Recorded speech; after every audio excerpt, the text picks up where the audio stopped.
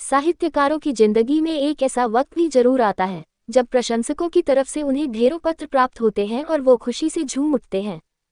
यह एक ऐसा वक्त होता है जब लेखक अपनी सारी समस्याओं को भूल खुशी का अनुभव करता है।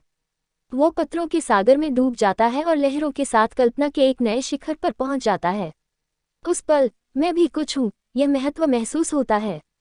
कुछ ऐसा ही अनुभव मैंने सावन महीने में किया जब मुझे मेरी रचनाओं की प्रशंसाओं से भरा पत्र प्राप्त हुआ।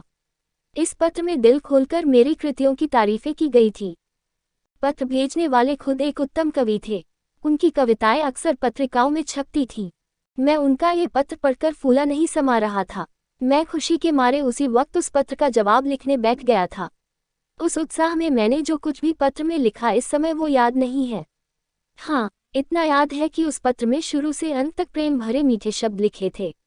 हालांकि मैं कभी कविता नहीं लिखता था, लेकिन फिर भी मैं शब्दों को जितना सुंदर बना सकता था मैंने उतना संवार दिया था। यहाँ तक कि पत्र लिखने के बाद जब मैंने उसे फिर से पढ़ा तो मुझे कविता बहुत पसंद आई। पूरा पत्र भाव से भरपूर था। 5वें दिन उसी कवि का एक और पत्र मुझे मिला। वो पहले वाले पत्र के मुकाबले और ज्यादा प्रभावी था। उसमें मुझे प्यारे भाया कहकर पुकारा गया था। साथ ही मेरी रचनाओं की एक सूची और प्रकाशकों के बारे में उनके नाम और पते पूछे गए थे। इसके साथ ही पत्र के अंत में ये भी कहा गया था कि मेरी पत्नी आपकी बहुत बड़ी प्रशंसक है और आपकी लेखन को पढ़ना पसंद करती है। साथ ही पत्र में ये भी लिखा गया था कि मेरी पत्नी पूछ रही थी कि आपकी शादी कहाँ हुई है, आपके बच्चे कितने हैं और आपकी कोई फोटो है तो प्लीज भेज दीजिए। वहीं पत्र में मेरे जन्म स्थान और वंश की भी जानकारी पूछी गई थी। पत्र के उसके अंतिम खबर ने मुझे खुश कर दिया था। पहली बार ऐसा हुआ था जब किसी महिला ने अपने मुंह से मेरी तारीफ की थी और यह सुनने का मौका मुझे मिला था। ये सुनकर ऐसा लगा कि कोई मेरे बुरे कर्मों की तारीफ कर रहा है। उस दौरान तारीफ में जितने भी शब्द मुझे याद थे उन सबको मैंने पत्र में लिख डाला और अपने परिवार और खानदान के विषय में ऐसा जिक्र किया कि जैसे किसी कवि ने भी कभी राजा का गुणगान नहीं किया हो। मेरे दादाजी एक जमींदार के यहाँ कर्मचारी थे, लेकिन उन्हें मैंने रियासत का प्रबंधक बताया था। वहीं अपने क्लर्क पिता को मैंने दफ्तर का प्रधानाध्यक्ष बताया। पत्र में किसानी को जमींदारी बताया था। इसके अलावा अपने लेखन की गिनती को तो बढ़ा न सका, लेकिन उनके महत्व को बड़े अच्छे से समझा दिया था। देखा जाए तो अपनी तारीफ करना एक सिरफिरापन है, लेकिन इशारों में ये काम आसानी से किया जा सकता है। खैर, पत्र खत्म हो चुका था और लेटर बॉक्स में पहुंच चुका था। इसके बाद हफ्ते तक कोई भी पत्र नहीं आया। मैंने पत्र में अपने हिसाब से अपनी पत्नी की तरफ से भी कुछ बातें लिखी थी। उम्मीद थी कि घनिष्ठता बढ़ेगी, लेकिन ऐसा लग रहा था कि कहीं वे मुझे मतलबी और सेंटिमेंटल न समझने लगा हो, इसलिए कोई पत्र नहीं लिखा हो। आश्विन के महीने का तीसरा पहर था। हर तरफ रामलीला का उत्साह था। मैं भी अपने एक दोस्त के घर था। वहां ताश की बाजी चल रही थी। अचानक एक व्यक्ति वहां मेरे बारे में पूछते हुए व मेरा नाम लेते हुए वहां आया और मेरे बगल की कुर्सी पर आकर बैठ गया। मैं उसे नहीं जानता था। मैं सोच में था कि आखिर कौन है ये आदमी और यहाँ कैसे आया। मेरे दोस्त लोग भी उन महाशय को देखकर इशारेबाजी करने लगे थे। मैंने विनम्रता के साथ उस महाशय का नाम पूछा। जवाब मिला, मेरा नाम उमापति नारायण है। मैं जवाब सुनते ही खुश होकर उनके गले लग गया। यह कोई और नहीं बल्कि वही कवि महोदय थे जिन्होंने मुझे पत्र भेजा था। मैंने उनसे उनका हाल चाल पूछा, फिर पान और इलायची खिलाए और पूछा कि यहाँ कैसे आना हुआ। उन्होंने जवाब दिया, घर चलिए फिर विस्तार से बताऊंगा। मैं आपके यहाँ से होकर आया हूँ, वहाँ मुझे पता चला कि आप यहाँ हैं, तो मैं पूछता हुआ यहाँ आ गया। फिर मैं फौरन उनके साथ जाने के लिए तैयार हो गया। उनके कमरे से निकलते ही मेरे दोस्तों ने इशारे में मुझसे पूछा कि यह साहब कौन है। मैंने दोस्तों को बताया कि ये मेरे नए मित्र हैं। मित्र ने कहा कि थोड़ा सावधान रहिएगा, मुझे ये थोड़े उचक्के लग रहे हैं। मैंने कहा, आपका यह अनुमान गलत है। आप आदमी को हमेशा उसके कपड़ों से जज करते हैं, लेकिन इंसान वस्त्रों में नहीं बल्कि दिल में होता है। मित्र, खैर ये रहस्य की बात है, बाकी आप जाने मैं आपको बस सावधान कर रहा हूँ। मैंने मित्र की बात पर कोई जवाब न दिया और उमापति जी को लेकर अपने घर आ गया। मैंने उनके लिए बाजार से खाना मंगवाया। इस दौरान उन्होंने अपनी कई सारी कविताएं मुझे सुनाई। कविताएं सुनाते वक्त उनकी आवाज़ बहुत मनोहर और मीठी लग रही थी। हालांकि कविताएं तो मुझे समझ नहीं आईं, लेकिन मैंने उनकी कविताओं की तारीफ के पुल बांध दिए। मैं खुशी के मारे उनकी कविताओं की वाहवाही करने लगा। ऐसा लग रहा था जैसे मानो मुझसे बढ़कर कोई काव्य प्रेमी नहीं है। शाम के वक्त हम दोनों रामलीला देखने गए। वहां से लौटकर आने के बाद मैंने उन्हें खाना खिलाया। इसके बाद उन्होंने अपनी यात्रा के बारे में बताना शुरू किया। उन्होंने बताया कि वह इस वक्त कानपुर जा रहे हैं अपनी पत्नी को लेने के लिए। उनका मकान कानपुर में है। उन्होंने उस वक्त अपने विचार को साझा करते हुए बताया कि उनकी इच्छा मासिक पत्रिका निकालने की है।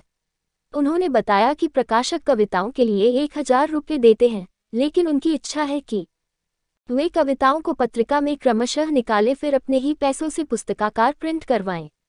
उमापति ने ये भी बताया कि उनकी जमींदारी कानपुर शहर में है, लेकिन वो साहित्यिक जिंदगी बिताना चाहते हैं। उन्हें जमींदारी से नफरत है। उन्होंने बताया कि उनकी पत्नी लड़कियों के एक स्कूल में प्रधानाध्यापिका हैं। ये सारी बातें देर रात तक चलती रहीं। अधिकांश बातें उस दिन की याद नहीं है। हाँ, बस ये याद है कि हमने अपने भावी जिंदगी का एक प्रोग्राम बना लिया था। उस वक्त मैं अपनी किस्मत को सराह रहा था कि घर बैठे बैठाए मुझे भगवान ने एक सच्चा दोस्त भेज दिया। हम लोगों को बात करते करते लगभग आधी रात यूं ही बीत गई थी। उन्हें अगले दिन सुबह 8 बजे निकलना था। जब मैं सोकर उठा तो सुबह के 7 बज रहे थे। मैंने देखा कि उमापति जी जाने के लिए तैयार थे। बोले, इजाजत दीजिए, लौटते वक्त इधर से ही जाऊंगा। इस वक्त आपको तकलीफ दे रहा हूँ, माफ करिएगा। जब कल मैं चला था तो उस वक्त सुबह के 4 बज रहे थे। चलने की चिंता में पूरी रात जागना पड़ गया। गाड़ी में बैठते ही झपकियां आने लगी तो मैंने कोट उतार दिया और फिर लेटा तो फौरन सो गया। मुगल सराय में आंख खुली तो देखा कि कोट गायब था। कोट को मैंने चारों तरफ ढूंढा, पता ही नहीं चला कि मेरा कोट किसी ने चोरी कर लिया है। मेरे कोट में उस वक्त 50 रुपये रखे थे, वो भी साथ में चले गए। पत्नी के मैके उसे लेने जाना है और जाते वक्त मुझे कपड़े ले जाने हैं। आप मुझे 50 रुपये उधार दे दीजिए। ससुराल में हर वक्त थोड़े बहुत पैसे खर्च होने स्वाभाविक हैं। ऐसे में अगर पैसे ना खर्च करो तो हंसी होगी। मैं जब वापसी में इधर से लौटूंगा तो आपको पैसे देता हुआ जाऊंगा। मैं उनकी बात सुनकर बड़ी दुविधा में था। मुझे पहले भी एक बार धोखा मिला था। फौरन मन में ख्याल आया कि कहीं इस बार भी धोखा न खा जाऊं। फिर तुरंत ही मुझे अपने इस ख्याल पर शर्म आने लगी। मैंने सोचा, इस संसार में हर आदमी एक जैसा नहीं होता। ये बेचारे कितने सज्जन आदमी हैं, इस वक्त मुसीबत में हैं। ये सोचते हुए मैंने अपनी पत्नी को कहा कि अगर तुम्हारे पास कुछ पैसे हैं तो दे दो। पत्नी ने पूछा, क्या करोगे? मैंने कहा, कल जो मेरे मित्र आए हैं किसी ने उनके रुपए सफर के दौरान चुरा लिए हैं।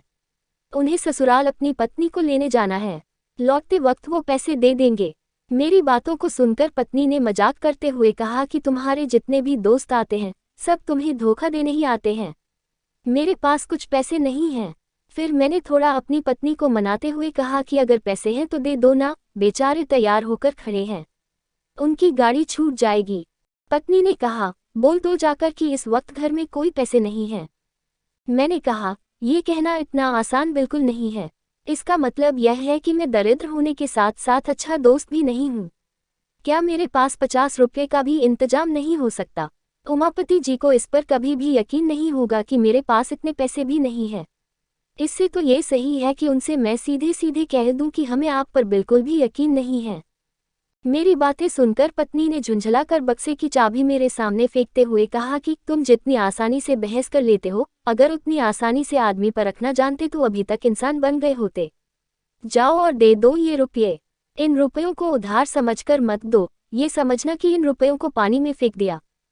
मुझे तो बस आम से मतलब था, ना कि पेड़ की गिनती से। मैंने रुपये निकालकर उमापति जी को उसी वक्त दे दिए। उमापति जी ने पैसा लौटाने का वादा किया और चले गए। उमापति 7वें दिन फिर शाम को घर वापस आए। उनके साथ इस बार उनकी पत्नी व बेटी थी। दही चीनी खिलाकर मेरी पत्नी ने उन लोगों का स्वागत व आदर सत्कार किया, यहाँ तक कि 20 मुंह दिखाई के दिए। इसके साथ कि उनकी बेटी को भी मेरी पत्नी ने मिठाई खाने के लिए 2 रुपये दिए। मुझे लगा था कि उमापति जी आने के बाद ही मेरे रुपये लौटा देंगे, लेकिन उन्होंने रात में रुपयों का कोई जिक्र तक नहीं किया। सोते वक्त मैंने पत्नी से कहा कि रुपये का तो इन्होंने जिक्र तक नहीं किया। पत्नी ने मेरी बात सुनकर हंसते हुए कहा कि क्या तुम्हें सच में उम्मीद थी कि वो आते ही फौरन तुम्हारे पैसे लौटा देंगे? मैंने पहले ही तुमसे कहा था कि रुपये मिलने की उम्मीद से उन्हें पैसे मत देना। ये समझो कि ये पैसे किसी दोस्त की मदद के लिए दिए थे, लेकिन तुम तो विचित्र हो। पत्नी की बातें सुनकर मैं लज्जित होकर चुप रह गया। उमापति अपने परिवार वालों के साथ 2 दिन तक मेरे घर में रुके। मेरी पत्नी ने इस दौरान उन लोगों का खूब आदर सत्कार किया। मुझे फिर भी संतोष नहीं था, क्योंकि मैं समझता था कि इन्होंने मेरे साथ धोखा किया था। तीसरे दिन वो सुबह जल्दी अपने घर जाने को तैयार हो गए। मुझे अब उम्मीद थी कि वो मेरे रुपये लौटा देंगे। ऐसा नहीं हुआ। वो अब एक नई राम कहानी सुनाने लगे। उन्होंने बिस्तर बांधते हुए कहा कि मुझे बड़ा ही दुख है कि इस बार मैं आपके पैसे नहीं लौटा पाऊंगा। दरअसल बात यह है कि घर में पिताजी से मुलाकात नहीं हो पाई। वे किसी काम से गांव गए हुए थे। मेरे पास इतनी छुट्टियां नहीं थी कि उनसे मिलने मैं गांव तक जाता। गांव जाने के लिए रेल का वहां कोई भी जरिया नहीं है। वहां पहुंचने के लिए बैलगाड़ियों से जाना पड़ता है। इसलिए सिर्फ एक दिन मैं घर में रहा और फिर अपने ससुराल को निकल गया। मेरे सारे रुपये ससुराल में ही खर्च हो गए। अब तो मेरे पास ट्रेन के टिकट तक का पैसा नहीं है। कृपया आप 25 रुपये मुझे दे दीजिए। मैं वहां पहुंचते ही आपके रुपये भेज दूंगा। मन तो किया कि फौरन जवाब दे दूं, लेकिन ऐसा मैं कर नहीं पाया। मैंने पत्नी से पैसे मांगकर उमापति के हाथ पर रख दिए। इसके बाद वो चले गए। 1 हफ्ते के बाद फिर उमापति जी ने पत्र भेजा जिसमें लिखा था कि वो काम के सिलसिले में बाहर जा रहे हैं, वापस लौटकर रुपये भेजेंगे। 15 दिनों के बाद मैंने एक पत्र लिखकर उनका हाल चाल पूछा, लेकिन मेरे पत्र का कोई जवाब नहीं आया। मैंने 15 दिनों के बाद फिर से पत्र लिखा और इस बार मैंने रुपयों के बारे में पूछा। इसका भी कोई जवाब नहीं आया। 1 महीने बाद मैंने फिर पत्र लिखा, लेकिन इस बार भी कोई जवाब न आया। मैं समझ गया था कि पत्नी ने जो भी कहा वो ही सच था। मैं निराश और चुप होकर बैठ गया। हालांकि मैंने अपने इन पत्रों के बारे में अपनी पत्नी को कुछ नहीं बताया। उमापति के इस व्यवहार पर मुझ पर गहरा असर पड़ा। फिर इसी महीने मेरे यंत्रालय में बिहार प्रांत से एक कंपोजिटर आया था। 15 रु मासिक पर मैंने उसे काम पर रख लिया था। वो पहले किसी अंग्रेजी स्कूल में पढ़ा करता था। किसी का सहयोग न मिल पाने की वजह से वो पढ़ाई छोड़ चुका था।